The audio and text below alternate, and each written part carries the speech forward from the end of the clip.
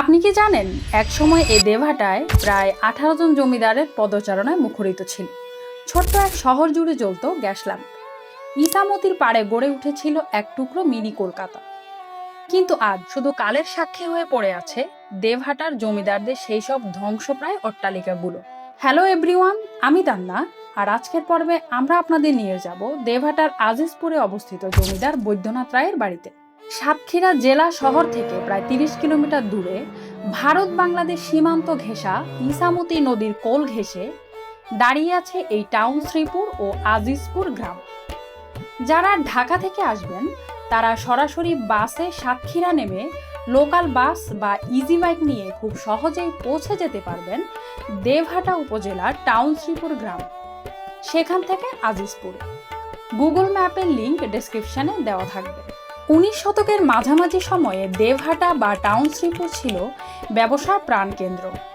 জমিদার বৈদ্যনাথ সর্দার এবং তার ভাই অরবিন্দনাথ সর্দার ছিলেন এই অঞ্চলের অন্যতম প্রতাপশালী জমিদার। মজার ব্যাপার হলো সাধারণত তারা রায় উপাধি ব্যবহার করলেও এখানে সর্দার উপাধির প্রচলনই বেশি ছিল। তখনকার দেবহাটা এতটাই উন্নত ছিল যে মানুষ একে মিনি কলকাতা বলতো। ব্যবসা বাণিজ্য আর আভিজাত্যে এই টাউন শ্রীপুর ছিল তখনকার শ্রেষ্ঠ জনপদগুলোর একটি। এটি হলো সেই ঐতিহাসিক পূজা মণ্ডপ। এক সময় এখানে ঢাকঢোল আর সানাইয়ের সুর বেজে উঠত জমিদারদের কোনো উৎসব বা পূজা পার্বণ।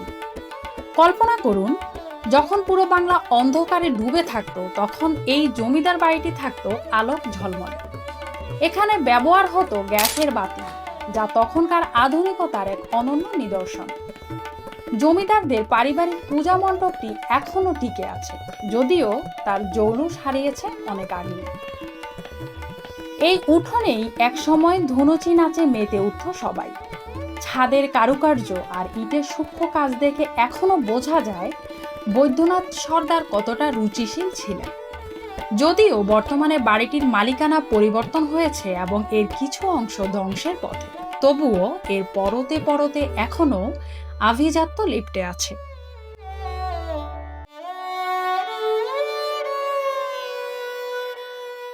মূল বাড়ির ভেতরে ঢুকতেই দেখা মেলে বিশাল খিলানযুক্ত পুরু দেওয়াল আর শত বছরে পুরনো সেই সব কাঠের দরজা জানালা। এখানে বর্তমানে কয়েকটি পরিবার বসবাস করছে।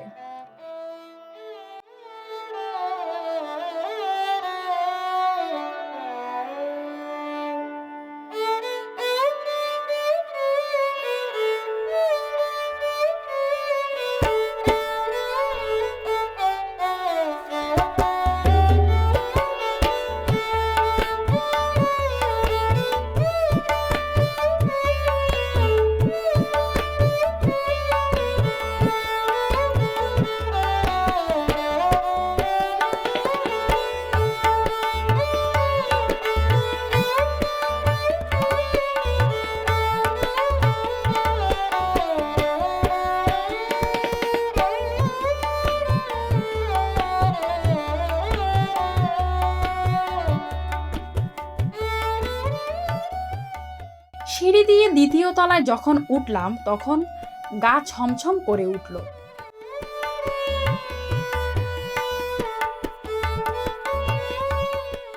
স্তম্ভগুলো ও গ্রিলের কারুকার্যগুলো দেখলে তখনকার মানুষের রুচির পরিচয় মেলে।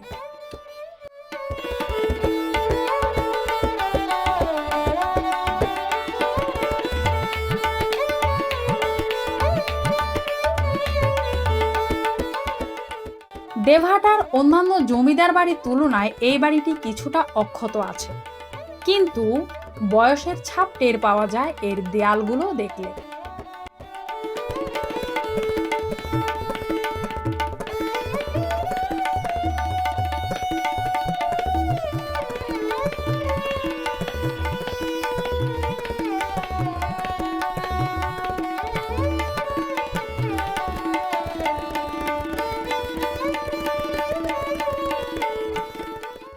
এরপর ছাদে উঠলাম। ছাদে যাওয়ার সময় দেখা যায় বয়সের ভারে এর দেয়ালগুলো খসে পড়ছে।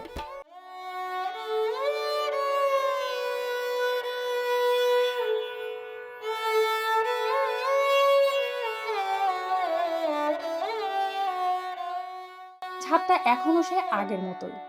মনে হচ্ছে এই বুঝি কেউ আচার, হলুদ, মরিচ রোদে দিতে আসবে, অথবা কোনো বাচ্চা ঘুড়ি উড়াবে এখানে।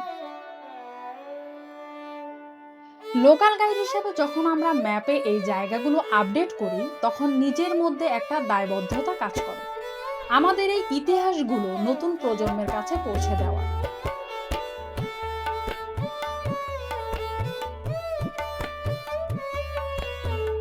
দেবহাটার এই রূপসী ম্যানগ্রোভ বা টাকির ঘাটের মিলন মেলার পাশাপাশি আপনারা একবার হলেও ঘুরে যাবেন এই টাউন শ্রীপুর জমিদার বাড়িতে। আজকের ভিডিওটি কেমন লাগলো কমেন্টে জানান। আর আপনি যদি দেবহাটার স্থানীয় কেউ হয়ে থাকেন, তবে আপনার জানা কোনো অজানা গল্প আমাদের সাথে শেয়ার করুন। দেখা হবে পরবর্তী ভিডিওতে অন্য কোনো ইতিহাস নিয়ে। ততক্ষণ পর্যন্ত কিপ এক্সপ্লোরিং।